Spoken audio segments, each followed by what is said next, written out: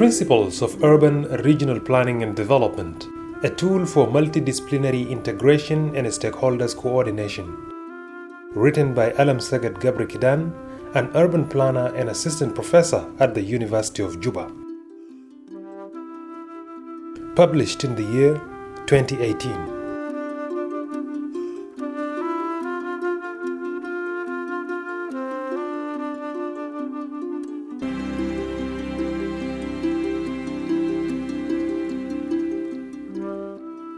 Preface.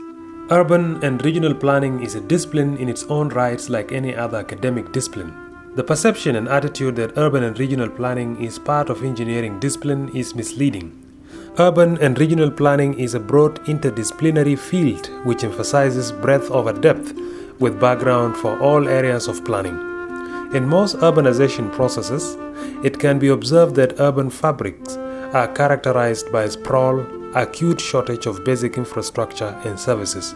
This is mainly due to non-compliance with necessary requirements during planning, preparation, and implementation, as well as absence of multidisciplinary approach and stakeholders' involvement. Although there have been notable efforts to address these urban planning shortcomings, these core issues have remained unresolved. As such, this booklet is an attempt to highlight these issues, promote the debate on the issues, and find solutions. The aim of this booklet is to reach out to and be accessible to all stakeholders and to enable them to get better understanding of urban and regional planning. This should make it easier to implement and develop plan document on the ground to ensure balanced development with clear socioeconomic benefits. Furthermore, it is to enable stakeholders to familiarize themselves with the requirements for the preparation for urban and regional planning and implementation, as well as to equip them with necessary techniques and methods. This booklet should help as a reference for urban and regional planning. It is to prepare and drive all stakeholders in their planning preparation, implementations, as well as development. All these have to be guided by multidisciplinary interventions. The vast array of beneficiaries means that the booklet has to be written in this form, pictorially illustrated, and in simple English for all to be able to understand and benefit from. The booklet is organized as follows. It starts with the definition of key terminologies used. It then looks at the current trends in urbanization, the bottlenecks of development before looking at the opportunities and prospects. These are followed by development planning tools, the maps, the plans and descriptive devices, urban and regional integration models. This booklet or documentary is prepared to reflect on my professional input for betterment of quality of life and integration. This documentary could be considered as a preliminary or introduction of urban regional planning and development just for the sake of multidisciplinary integration and stakeholders coordination. It is my intention to contribute what I'm experiencing and wishing to realize through my professional capacity. Therefore, most information are collected and referred with my specific work areas from various sources such as projects, literature, practices, internet, publications, journals, and others. Hence, these could be referred in my specific work area mainly in Eritrea as well as in Ethiopia and South Sudan. This documentary covers the entire 71 pages of the booklet. The documentary also serves as an audio-visual guideline for the booklet.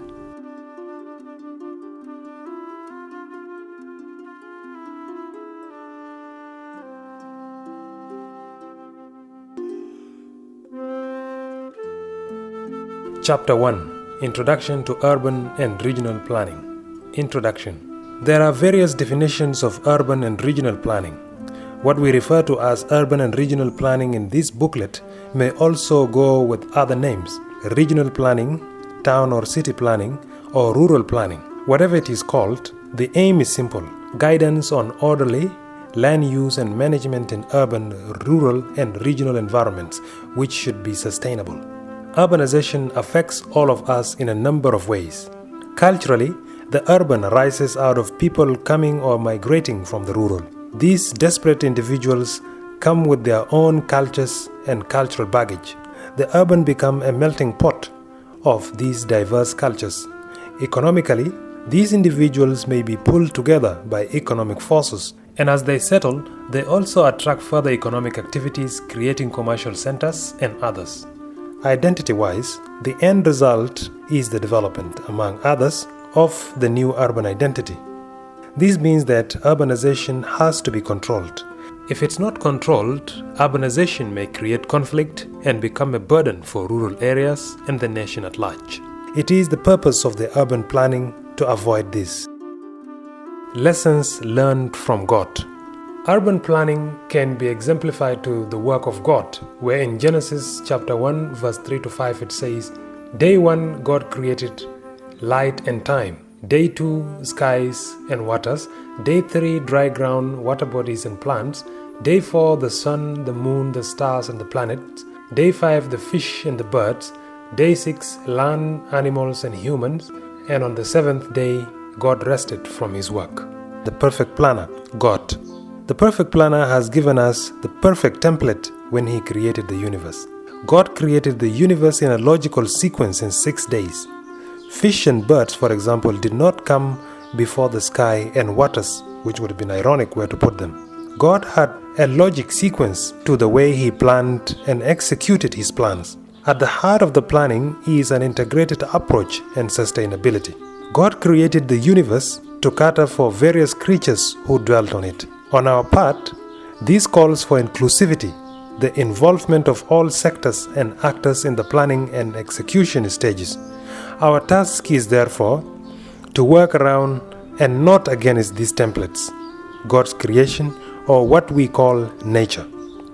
For efficient and effective planning, we need to borrow from this perfect template and understand that world as we know it did not come into being by accident.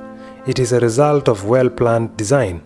It is therefore important that before we interfere with the nature, we need to be aware of how things came into being and why things are where they are today. We need to follow the logical sequence in planning. The purpose of planning. Why do we need to plan? The aim of urban and regional planning should be to maximize land use efficiently, to develop integrated approach to sustainable urban regional development, to ensure connectivity in terms of infrastructure and services, to encourage the development of an integrated national urban policy. What are the outcomes of the planning? The outcomes of urban regional planning are efficient utilization of resources, harmonization of urbanization and urbanism, balanced densification, which is equated to minimum 300 persons per hectare. Definition of key terms. Urbanization. Urbanization is a physical arrangement of all settlement structures referred to geographical area combining urban and parts of rural areas. Transformation of an individual locality from less to a more urban. Urbanism is defined as a typical way of life of people who live in a city, town or urban area. The geographical, economic, historical, cultural and social factors that give rise to urbanism differs from one area to another. That is why urbanization and urbanism are complex concepts to be defined. Each urban area is unique. This booklet therefore defines urbanization as a physical arrangement of settlement areas, which includes how a locality may be transformed from less to a more urban. Urbanism, on the other hand, refers to the way of life of the city or town dwellers. While it is true that urban and rural depend on each other, the practice today is of the urban invading, exploiting and occupying the rural. These trends diminishes the significance of the rural area. For all, the urban and the rural, to be on the side of urbanization, we need to move away from that exploitative model. Urban-rural linkages is a visible and invisible flows of people, capital, goods, information and technology between urban and rural areas. A region is an area or a division, part of a country or a world having a definable characteristic but not always fixed boundaries. An administrative district of a city or a country, an area considered as a unit for geographical, functional, social or cultural reasons. Regional planning is a category of planning and development that deals with designing and placing infrastructure and other elements across a large area. Regional planning zones may encompass several towns, cities, or even parts of different states. Urban and regional planning. Urban and regional planning is a unified development of towns, cities, regions, and their environs. For most of its history, planning dealt primarily with the regulation of land use and the physical arrangement of the settlement structures as guided by multidisciplinary intervention and land development criteria. This brings coordination among all sectors and actors. Urban regional planning, the unified development of towns and regions, is about formulating regulations on land use, the physical arrangement of settlement structures, and land development. All these have to be guided by a multidisciplinary approach, which is geographers, economists, agriculturists, socialists, health professionals, engineers, education professionals, architects, lobby groups, environmentalists, community leaders, and other relevant professionals and stakeholders. Settlement hierarchy. Portrayed in this pyramid-shaped form, settlement hierarchy can be defined in terms of city, regional center, large-sized town, medium-sized town, and small-sized town, all the way to village and hamlet. As you can see in the diagram, the upper part, which consists of city all the way down to small-sized town, are considered to be urban, while from village to hamlet are considered to be rural. And also the population capacity increases at the urban level and decreases at the rural level. While there are different types of settled environment which the urban regional development process has to consider, there is no common criteria for determining what constitutes, for example, a small-sized city or a medium-sized town. Each country uses its own criteria for determining what constitutes a village or a hamlet. Generally, this has to be based on settlement size, population, and service type. The two broad categories of the settled environments are urban, which ranges from a small-sized town to a city level, and rural, which is made up of hamlet and villages. Nation is composed of people, land, and government. These three makes people and land under single government. In every nation, there has to be an authority that takes charge of urban regional planning. The nation may be defined as people and land under a single government. The government is mandated with the distribution of scarce resources of a given society in a fair and equitable way without compromising the future generation. It is not only resources that are generated from the land, but all housing infrastructure implementation are laid on the land. We therefore need to be sensitive on utilization of the land because it is one of the three key elements of the nation, as nation is formed of people, land, and government. Why do we need to plan? What are the outcomes of planning? Elements of living nature. You have tangible, which represents intangible, and intangible, which represents values, and values, which once again represents tangible. Intangible, you have things like physical heritage and nature. Intangible, you have culture, literature, and events, while in values, you have abstracts and norms.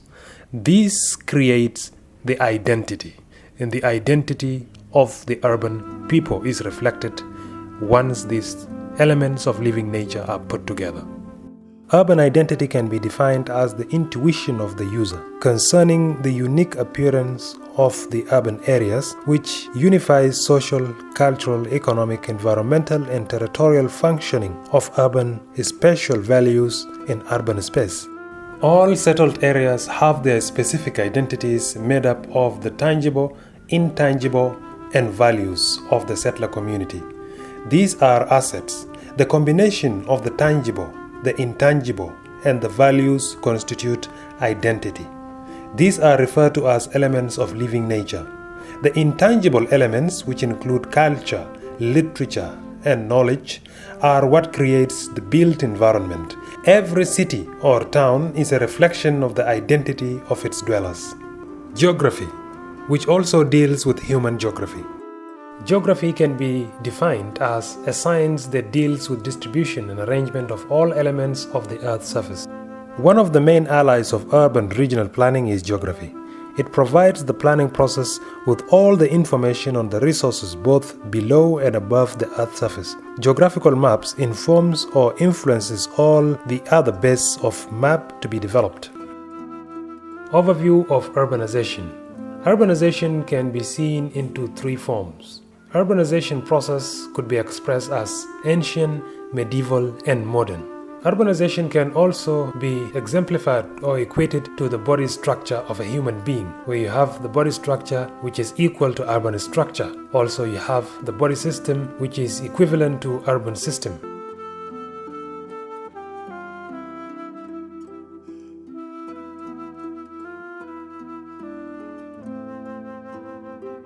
All the urban structures and systems should be well integrated in a coordinated manner like human body structures, systems, and organs. Urban areas are like people who have the capacity to take care of themselves, generate their own income, manage themselves and other people under them, and need not to depend on others.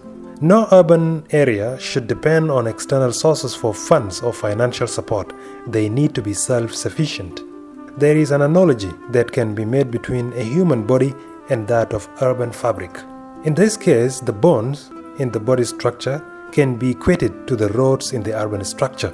The arteries and veins can also be equated to water lines, while urine can be equated to sewage or drainage, the waste product to that of garbage.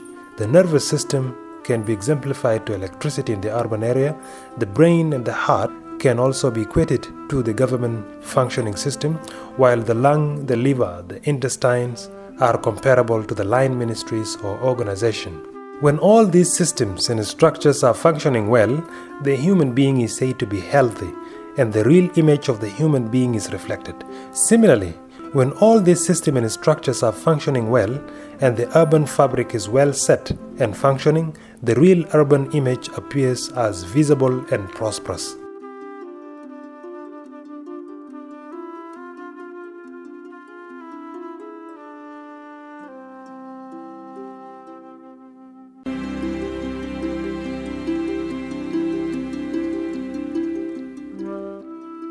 Chapter 2. Trends in Urbanization. Introduction. Modern urbanization in most developing countries started in the 19th century with the advent of colonialism. The process was characterized by the destabilizing the states, and the planning exercise focused chiefly on the physical planning. This led to what is commonly referred to as the dormitory type of settlement, lacking the necessary economic clarity. The result was rampant development, causing a condition of a sprawl and imbalance urban demand and supply. Today, the focus is shifting to restructuring and facilitating as well as implementing infrastructures. Urbanization is a complex process with multiple and varied causes and effects, which cannot be encapsulated into a singular definition. The process can become highly unsustainable without immense planning and management. Issues regarding urbanization. Scenarios on urbanization and urbanism. You have causes, which includes economic change. Any area that becomes urban witnesses economic changes from feudal agrarian to a mechanized or industrial and mercantile to financial economy. Cultural change. Any area that becomes urban has to evolve from a low and isolated cultural to a higher exchange cultural characterized by higher consumption. Administrative change. Any area that becomes urban is usually transformed from being hinterland periphery to centers of administration. And you have the effects, which includes population. Settlements experience a rapid increase in population and density due to increased opportunities and higher consumption patterns. Infrastructure. Urban areas get generally a concentration of social facilities along with centralized high-end transportation and other physical infrastructure. Consumption and sprawl. Consumption in urban areas are higher due to higher population and expansive infrastructure generated by cultural changes dependent on sophisticated division of labor. Consumption and expansions in urban areas are higher due to higher population. A number of towns shows condition of sprawl and expansions. Hence, urbanization is a complex process with multiple and varied causes and effects which cannot be encapsulated into a singular definition. However, the process remains highly unsustainable and requires immense planning and management. Population density. For optimal urban service delivery, the preferred population should be a minimum of 300 persons per hectare. The total population divided by the total urban territory should have a minimum of 300 persons per hectare. This will help in preventing the effect of a sprawl and fair distribution of urban fabric. This densification is necessary in urban planning as it ensures the proper utilization of infrastructures. The principle of 300 persons per hectare do not include environmentally sensitive areas like large swamp area, urban forestry and huge infrastructural and urban agro-industrial areas, usually located in suburb areas, as well as airports and etc. The derivation, according to research findings of Alemseghed Ghebrekidan in this book, the recommended population density is about 300 persons per hectare.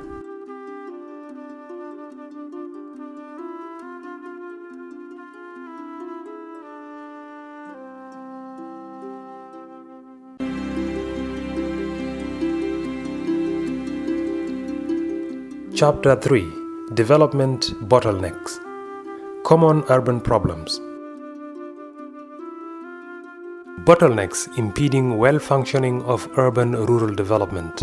Obstacles: lack of data bank and information dissemination, lack of educational institute on urban regional planning, deficiencies in infrastructure, weakness municipal duty and lack of urban and regional planners, lack of financial resources, lack of city marketing strategy, obsolete norms, absence of clear awareness on resource mobilization and land utilization, uncertainties in context, unwarranted modifications and extensions, incorrect understanding on urban and regional planning that is connecting directly only with engineering. Effects: constraints in local development and negative impacts on urban-rural structure, creating unfulfilled needs and demands. Reduction of the aggregated productivity of economy. Effects on major economic performances. Disregard advantages. 1. You have understanding of urban and rural. 2. Understanding of shift of paradigm of urban-rural. 3. The rationale of urban and rural development, and 4. Exploiting and adapting an experience of rural area. The bottlenecks impeding the well-functioning of the urban regional development can be explained in terms of obstacles and effects. There are serious consequences for development where there has been improper urban planning. Some of these include focus on expansion of physical planning only. Any expansion should be guided by a clear socio-economic objective and multidisciplinary intervention. Lack of centralized city market strategy. There should be a database that disseminates information on available services within the city and their locations. Unwarranted modification and extensions. All modifications and extensions should be implemented according to the approved standard, technical requirement, and respect for public realm. Abandoning local skills and products. All efforts should be made to source local materials and product. Identify problems. Urban fabric is mirrored by unclear land and other natural resource utilization with lack of basic socio-economic clarity, thus identifying 3 major problems. 1. Lack of development planning, such as planning perspective and planning aspects. 2. High dependency on existing core towns for services and economic activities. 3. Lack of attention on local products, skills, dependency on imported materials, warranted mode of construction, so that the cost of construction for housing and infrastructure is high. Most cities are plagued by the following problems. A. Lack of developmental planning. This is characterized by rampant land distribution without fulfilling basic development principles such as planning perspective, regulatory bodies or central government agencies, implementers, which is the states, facilitators, which is financial institutions, and suppliers. B. Producers, end users, which is the consumer, and the planning aspect, which is the socio-economic and cultural environmental territory. C. High dependency on existing core towns. Most urban extensions phenomena continue to depend on the existing core instead of creating their own centers for economic and social activities. D. Lack of attention to local skills and products. Labor and materials are the main issues in the process of urbanization and urbanism. In the context of urban identity, the labor market and the product in the local level must be encouraged. As a result of both local skills and products are not improved because of the dependency on external labor force and product. One of the key problems with the urbanization process is lack of coordination between the involved stakeholders. This leads to a lack of awareness on essence of urban and regional planning, as well as unfriendly urban environments. Land use issues: urban land, rural land, pressure of growing urban land and reducing rural land. Internal growth pressure, external demand for urban growth, pressure on natural resources like water bodies to serve the city, environmental pressure and climate change, environmental pressure for solid and liquid waste disposal, pressure of creating facilities, special zones like industries and etc., pressure from local people. Urban expansion caused by internal forces and external pressure. Internal forces and external pressure lacks substantial effort to integrate urban-rural economy, horizontal expansion, centralize infrastructure, encourages horizontal expansion, thus sprawl will happen.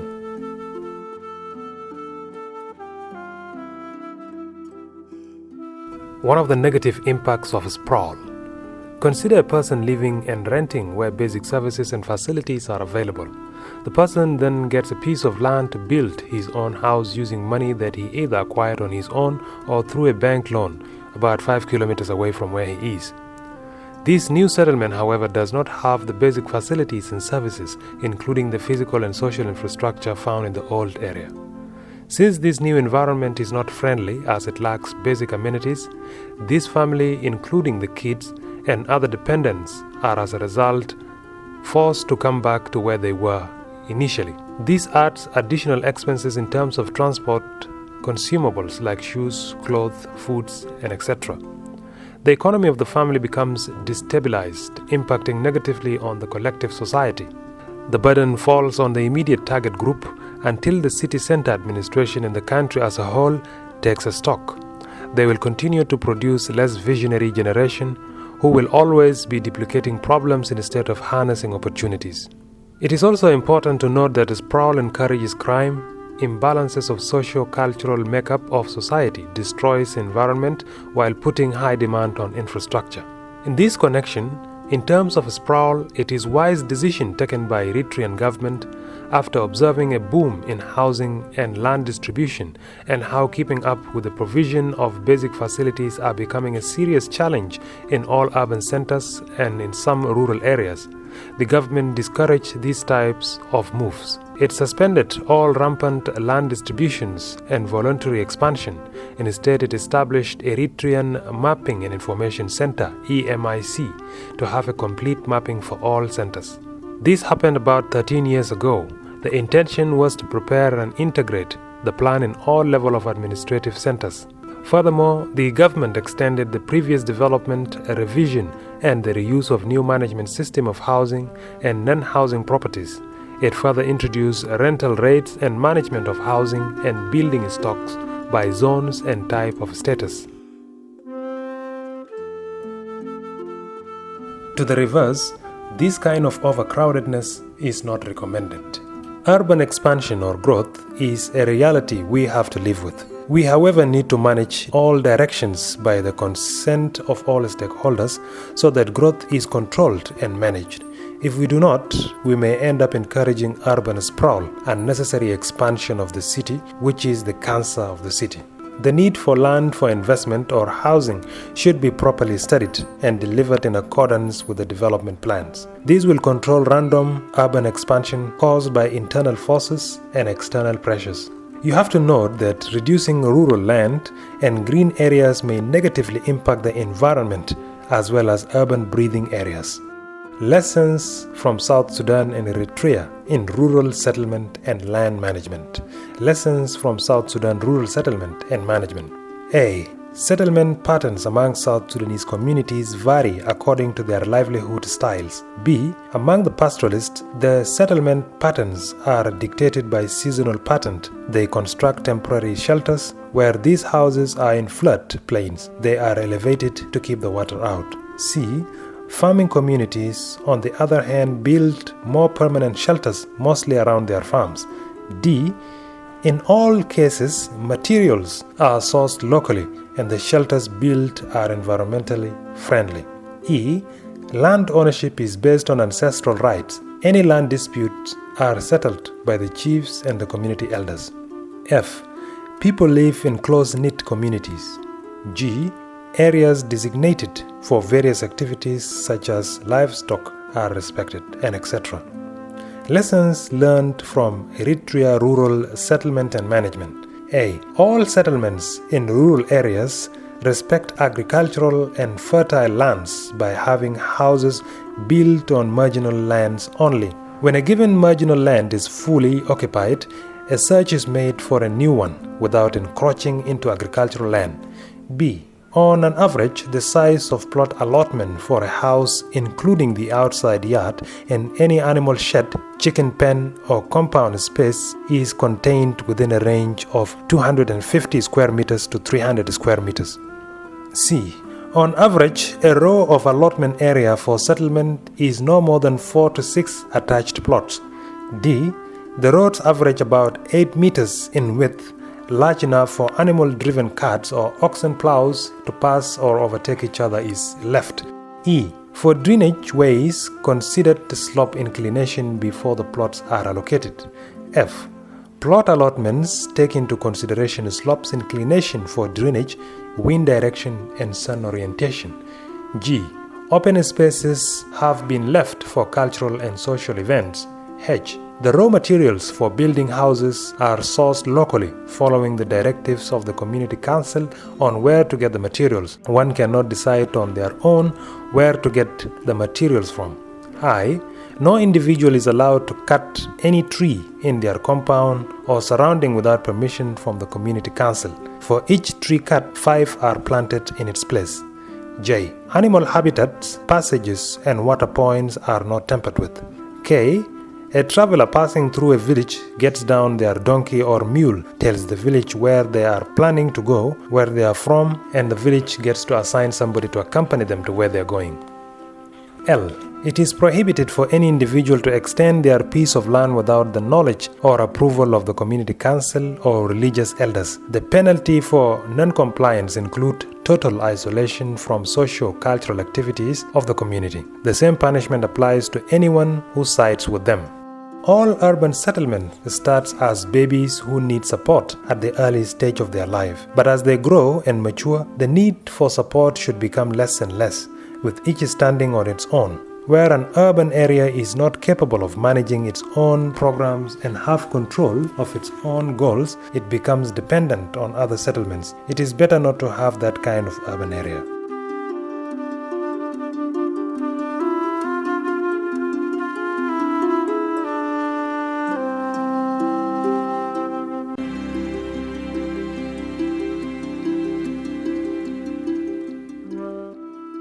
Chapter 4. Opportunities and Prospects. Introduction.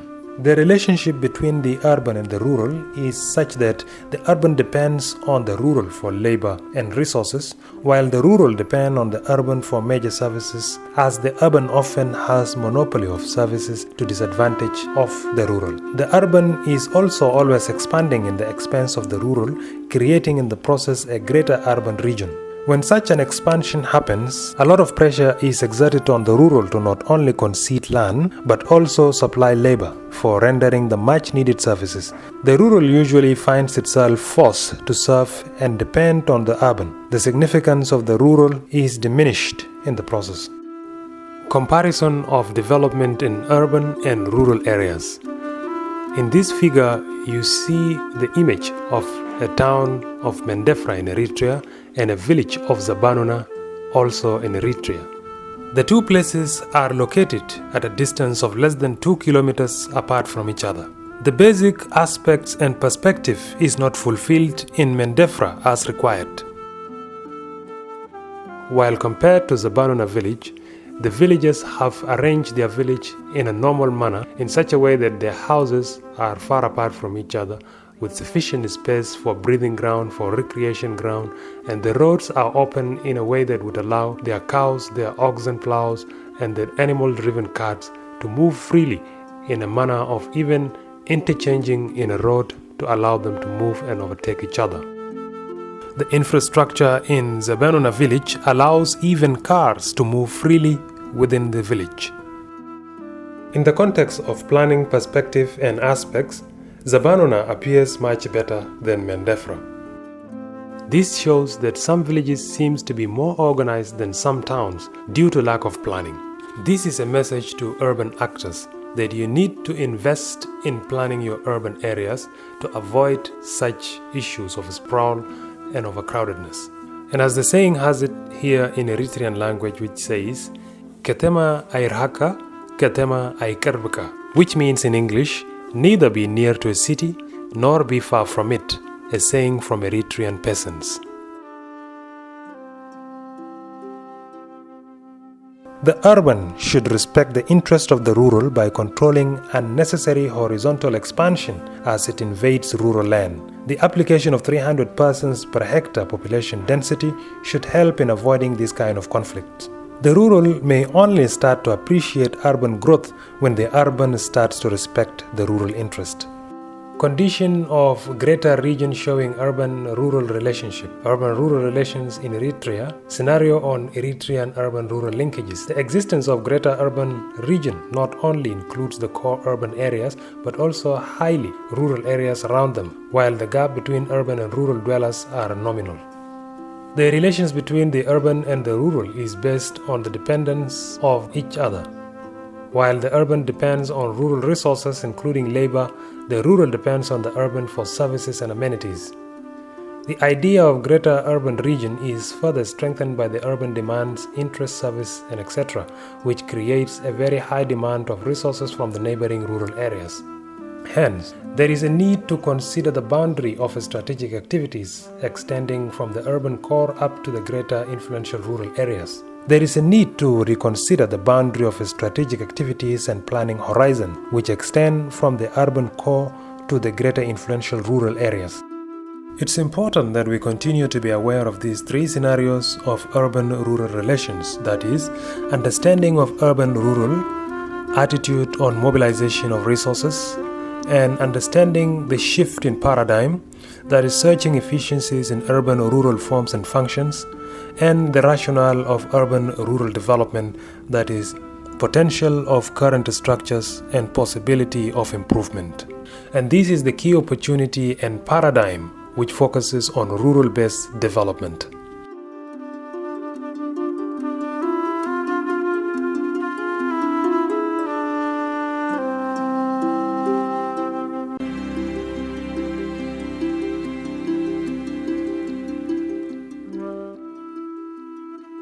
Chapter 5. Development Planning Tools. Introduction. Planning is a tool for improving quality of life through the provision of resources such as electricity, water, telecommunication, roads, transportation, sanitation, health, education, facilities, amenities, security, justice, environment, and etc. To realize this, vision and plan are the key factors in providing for facilitating resources. The starting point is the development of the concept, defining the vision and extending the plan. Demand, actors, and agencies. The role of urban planning is to meet the demands put upon it by the various actors and agencies. These demands are centered around the development of the built environment. This includes the management of basic infrastructure and services. Urban and regional planning. Understanding of urban and rural. Attitude on mobilization of resources. Understanding the shift in paradigm. Searching efficiencies in urban-rural forms and functions. The rationale of urban-rural development. The potential of current structure and possibilities of improvement. Focus on rural-based development. The key opportunity and paradigm here is to focus on rural-based development. The key tool for urban planning are maps plans, and descriptive devices. These are used for identifying strategies for developing and executing programs and projects which should adopt integrated approach and should involve all sectors and actors. Basic principles for development planning. Basic principles for development planning is strategy, perspective, and aspects.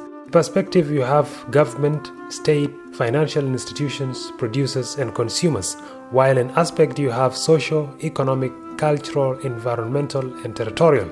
All these are interconnected and work together. How do we understand these? A platform for containing, conserving, coordinating, promoting resources and programs.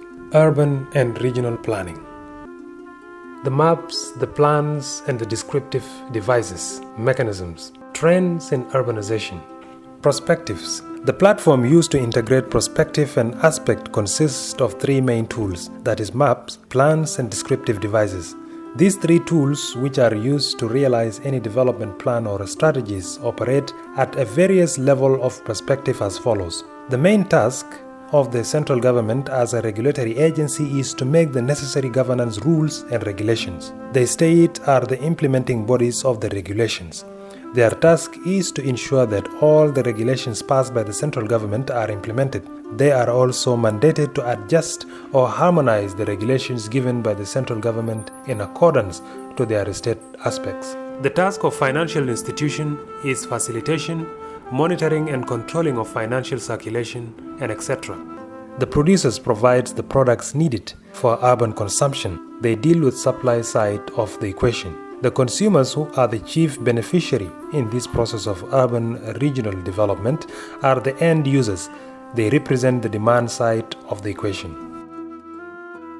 Aspects. The social interactions and social geography within the built environment are major concerns in terms of urbanism. Therefore, social values must be considered in every single step of urbanization process. The improvement of quality of life depends on the economic development of the urban area in particular and in the nation in general. The economic development factors should not affect the socio-cultural diversities, so that the economic aspects must address the need and the demand of society in all dimensions. Culture is one of the main binding agents of society, and at the same time it is an intangible element of the urban identity. Culture plays an invaluable part in urbanization process in terms of work disciplines, so that the built environments reflects the values and cultures. The physical urban fabric is determined by its own environment equality. Environment is the connecting of the living, working, recreation activities, etc. To have healthier activities, the physical environment arrangement and setup of the infrastructure and landscaping should motivate the socio-economic sectors.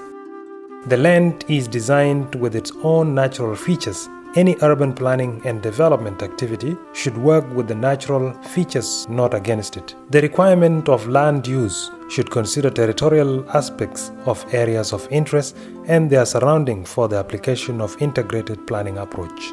Component of urban and regional planning. 1 is strategic vision, 2 database system, 3 maps, plans, and descriptive devices. The primary stage of urban regional planning is to first identify the strategic vision, then develop a database system with the hard and soft data. This should be followed by the map, which gives all the information needed as basis for the assessment of the situation.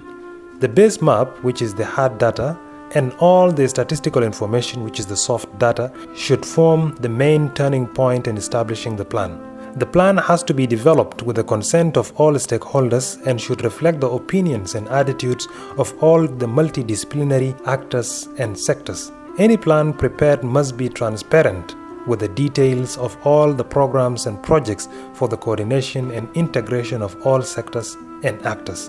Vision and plan. What are the concepts in vision and plan? From providing resources to facilitating resources.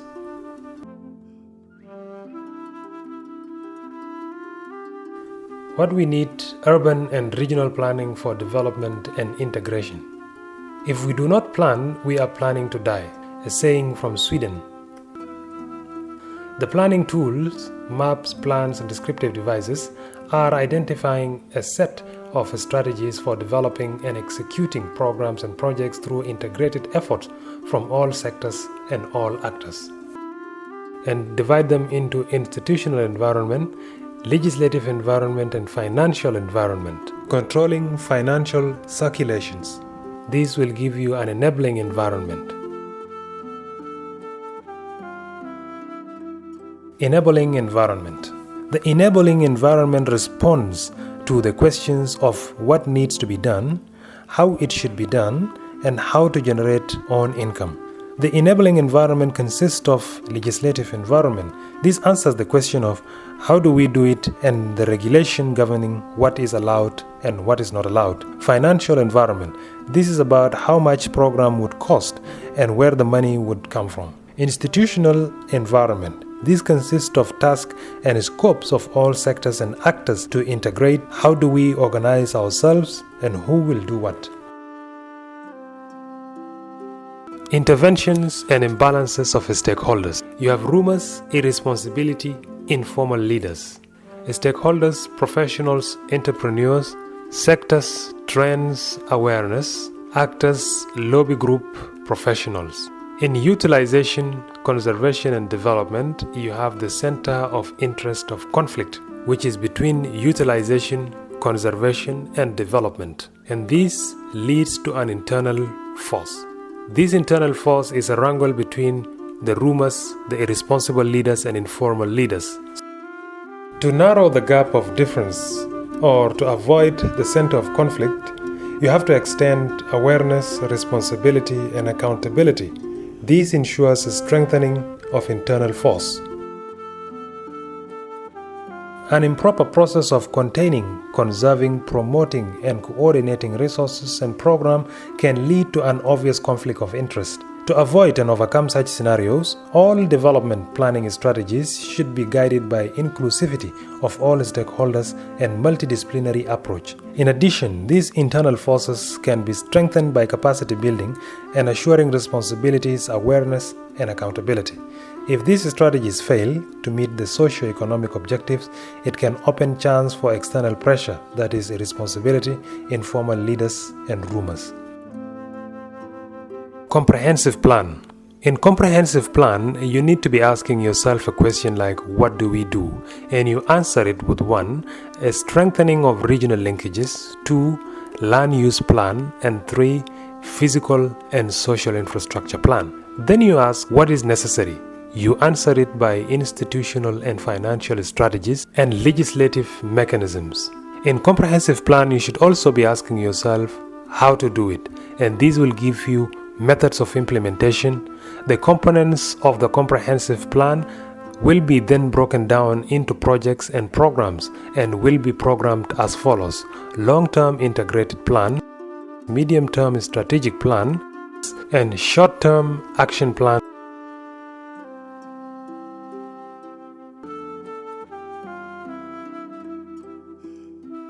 This is a summary of the key steps needed in urban planning and development and how to achieve them.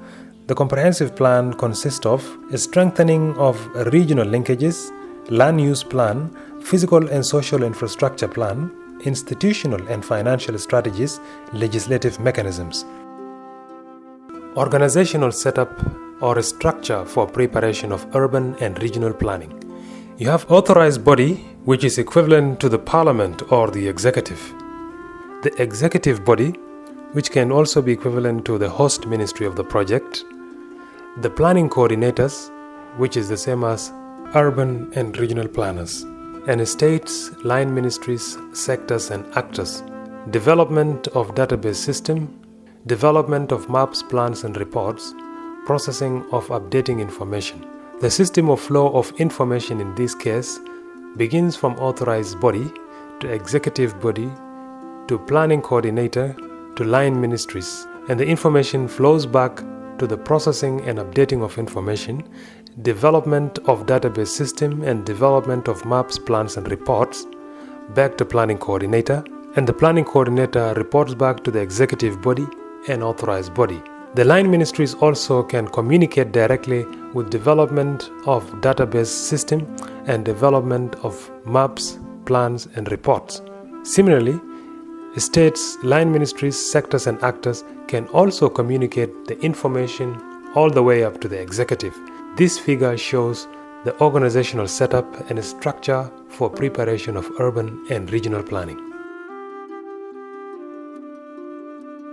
Urban and regional planning process begins with identifying stakeholders, which is public, community, concerned stakeholders, key stakeholders, line ministries, then to assess potential and define resources, then develop option, formulate management plans, develop processing strategies, package maps, plans and descriptive devices, which is the reports, checking results, and approval of urban and regional planning. Physical presentation of planning development process.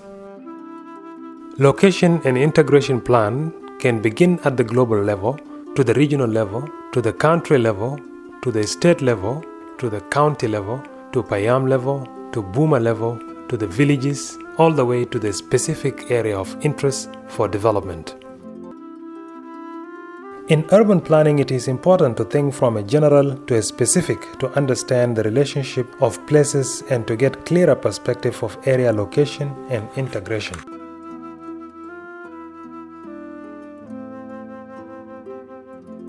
When thinking of developing a particular area, it is prudent to think holistically of the relationship and interrelationship with the neighboring areas. The move has to be from a general to a specific area in terms of integration of linkages. While identifying the area to be developed, there are some technical planning patterns for that area to be developed, such as linear, tree, radial, cellular, a star, and satellite. These technical planning patterns are important for urban planners to make the assessment and analysis of the area to be developed.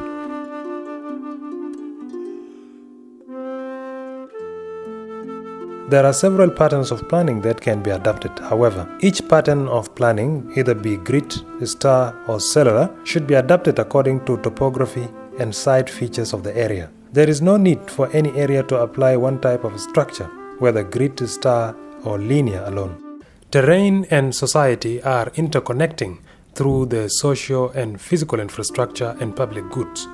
To realize this scenario, the planning should respect the following: a balance with nature, a balance with tradition, appropriate technology, conviviality, which is composed of a place for individual, a place for friendship, a place for householders, a place for neighborhood, a place for communities, and a place for city domain, efficiency, human scale, opportunity matrix, regional integration, balanced movement, institutional integrity.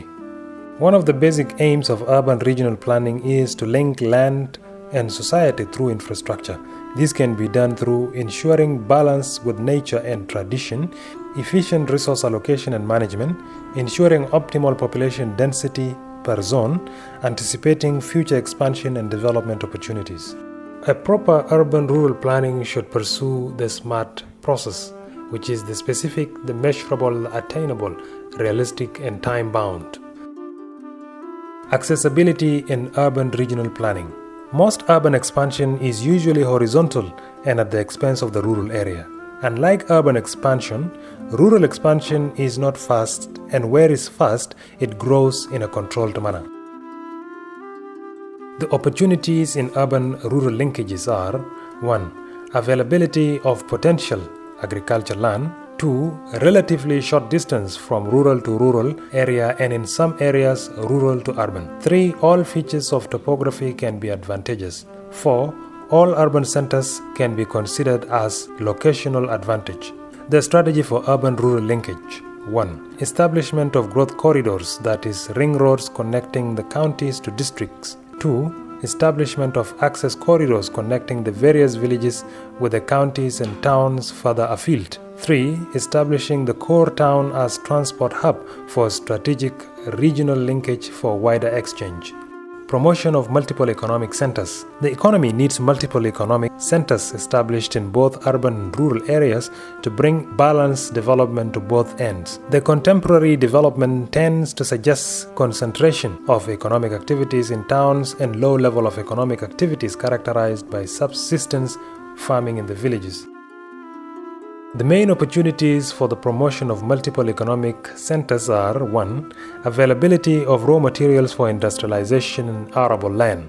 2. existence of local, that is traditional technology and know-how. The strategy for promotion of multiple economic centers. 1. Promotion of tertiary sectors. At the regional level, there should be a trading center, industries, and wholesale market for regional exchange. 2. Promotion of commercial agriculture and value chain addition, value links, and complementary units in the village. 3. Provision of market facilities. Growth planning densification. Densification is the increasing number of people living in a given area. The minimal population density needed to benefit from the services and infrastructure delivery is 300 persons per hectare. The main opportunity for densification here is 1. Low density of existing settlement. The strategy for growth planning and densification. 1. Densification of existing settlement. 2. Setting up of built environment at human scale. 3. Provision of low-rise and high-density enterprise mixed-use zone. And 4. Setting up of urban and rural codes. Decentralized infrastructure.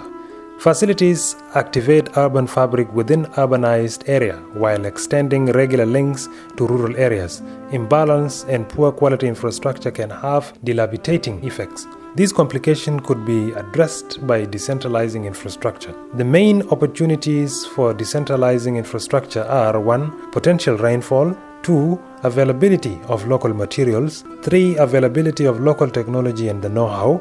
4. Commitment and willingness of the people. The strategy for decentralizing infrastructure. 1. Establishment of key resource sharing facilities like institutional node, that is government offices, in core town, educational node, that is higher education facilities, commercial node, that is wholesale market facilities. 2.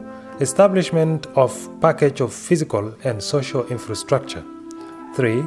Decentralized water harvesting at urban and rural level. 4. Decentralized sanitation programs at urban and rural level. And 5. Packaging solution that incorporate both housing improvement and economic activities.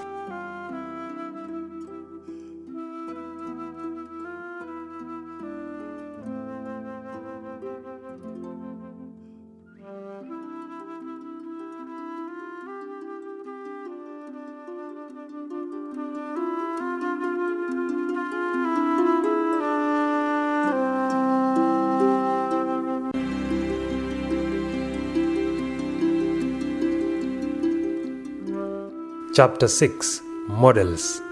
Urban integration. Models. The base map and comprehensive plan. Conceptual direction.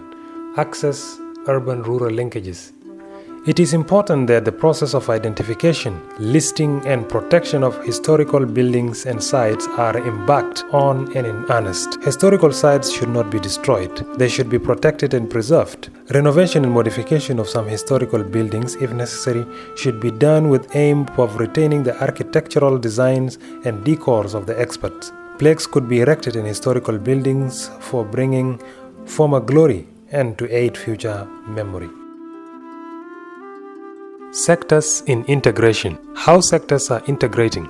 Providing and facilitating site and services, integrating workplaces, designing finances and resources through vision and initiative, from providing resources to facilitating resources. This is to give the urban a value. Urban and rural integration.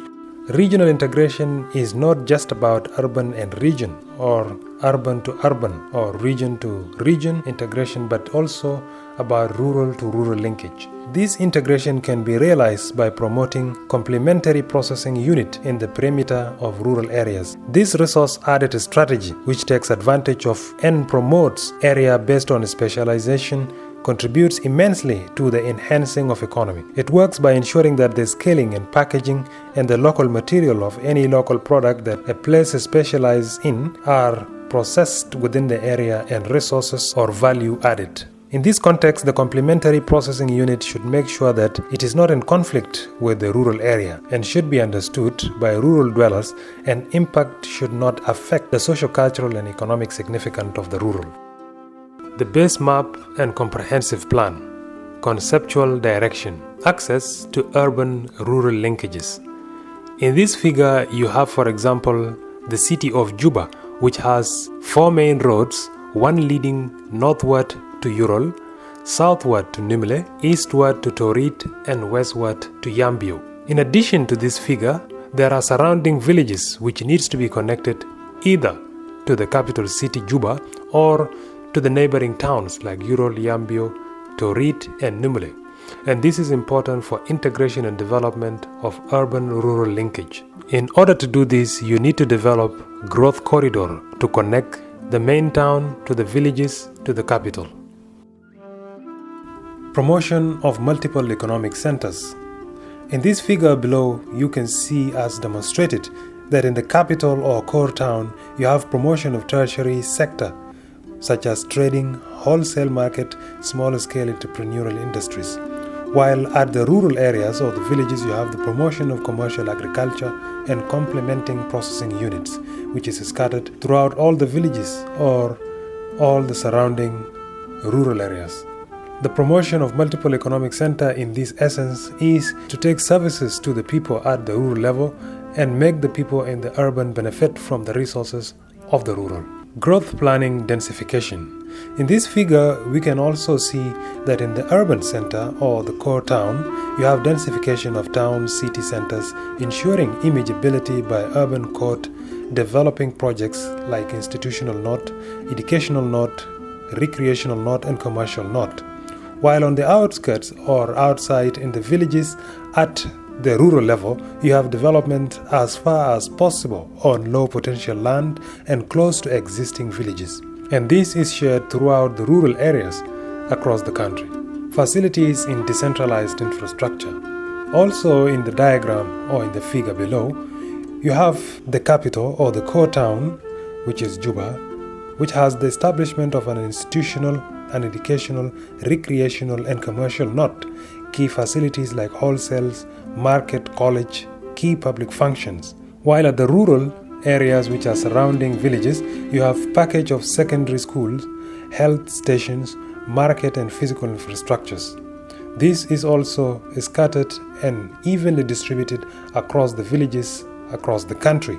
Urban integration. In this figure, the diagram portrays here that urban integration leads to more urban centers, which gives rise to socio-economic, cultural, environmental, and territorial integration.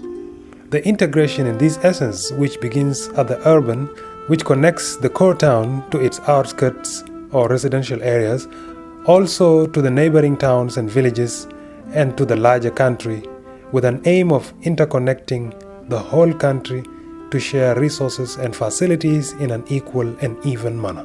More urban centers are created through magical triangle to integrate the neighboring areas from urban to rural, from towns to neighboring villages.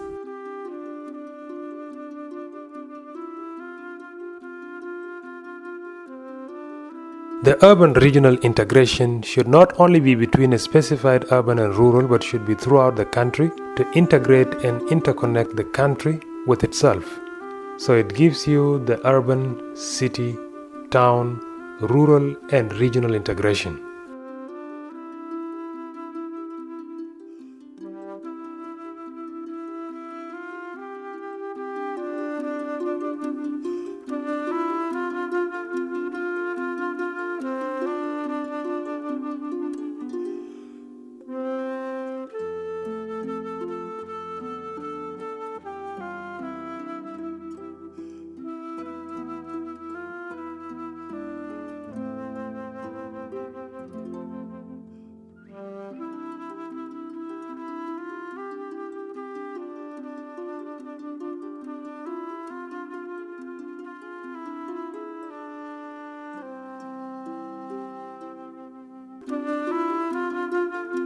Conclusion.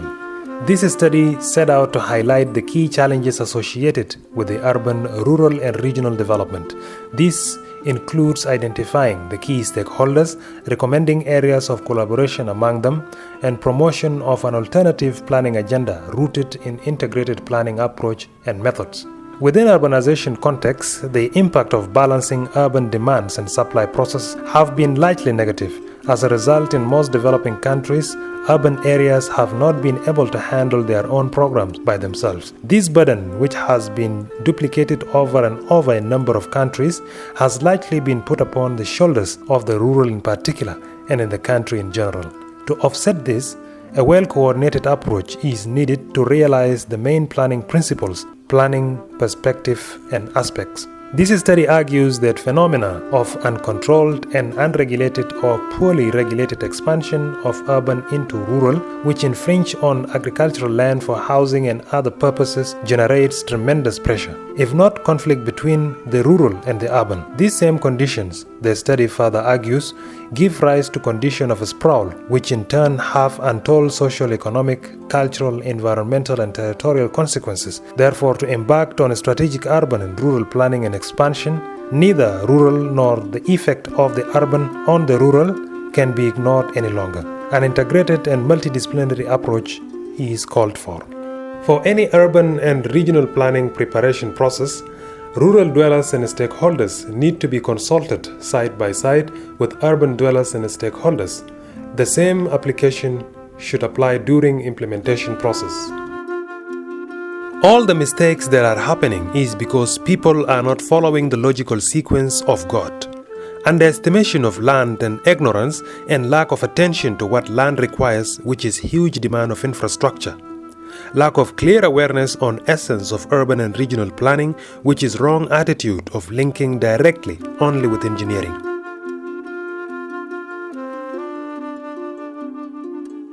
Alemseghed Ghebrekidan is an assistant professor of urban planning, University of Juba, South Sudan. As he laments the current imbalance in rural-urban planning trends, which he believes is unfairly skewed in favor of the urban, Alemseghed Ghebrekidan argues for a symbolic relationship between the two, where the rural benefits from the presence of the strong urban area. This booklet, born out of many years of university teaching and practical experiences in Eritrea, Ethiopia, and South Sudan, blames uncontrolled or poorly regulated encroachment of the urban into the rural, which infringes on the agricultural land for housing and other purposes as the main cause of urban sprawl and cancer of the city.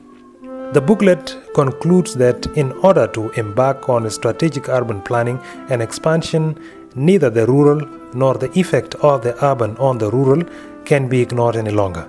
An integrated and multidisciplinary approach is called for. That is why this book, which is about multidisciplinary integration and stakeholders coordination, is a must-read for not only urban planning experts, other disciplines or policy makers, but the ordinary citizens who care about the built environment he or she occupies. I suggest that for true achievement of urban regional planning and development, there should be a strong and independent institution with inclusive curriculum established at the government level. Dedication to the people and government of Eritrea and South Sudan for inspiring me to look for homemade solutions to our developmental challenges and for instilling in me the unquenchable desire for expanding my professional aspirations. My thanks also goes to my parents, my beloved late mother, Mrs. Ishebeba Awolem, and my dear late father, Ghebrekidan Ghebrekirgis, for shaping me to be the person I am today. I especially wish to thank my mother, Ishebeba Awolem, for her strong and unwavering vision that she instilled in me from the tender age, the spirit of self-reliance. Let the Almighty God be with us.